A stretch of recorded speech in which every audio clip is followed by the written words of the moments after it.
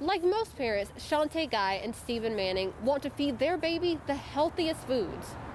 When they realized the big brand products they'd been buying might not be the best for their son, they took matters into their own hands. If it wasn't for us having a son, none of it would have came about, because I wasn't thinking of baby food. I wasn't thinking of making anything for little kids. Not at all. When Steve became old enough to be able to actually eat baby food, it was time to decide what the best one was. And you really want to research what you put in your baby's body.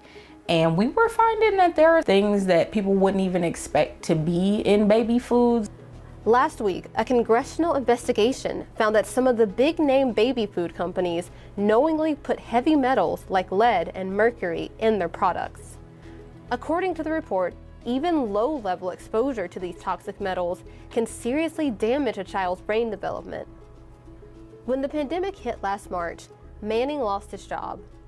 Determined to find a new source of income, he tried making music and DJing, but he wasn't making ends meet. At that point, Manning and Guy, his fiance, had already been feeding their son homemade smoothies that used organic ingredients like fresh fruits, honey, and chia seeds.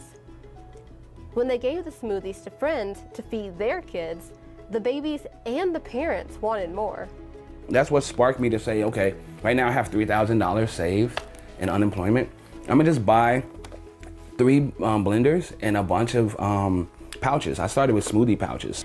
And it went from smoothies to smoothie bites. I think it's easier for children to hold them, and it's easier for them to be mess-free, and they're easier to travel with. Right now, they're running their business, Koala's Pantry, from their kitchen. But Guy and Manning hope to eventually have Koala's Pantry products on shelves across Michigan. The parents recently struck a deal with the grocery chain Meijer and will have their organic baby foods featured at Capital City Market in downtown Lansing later this year.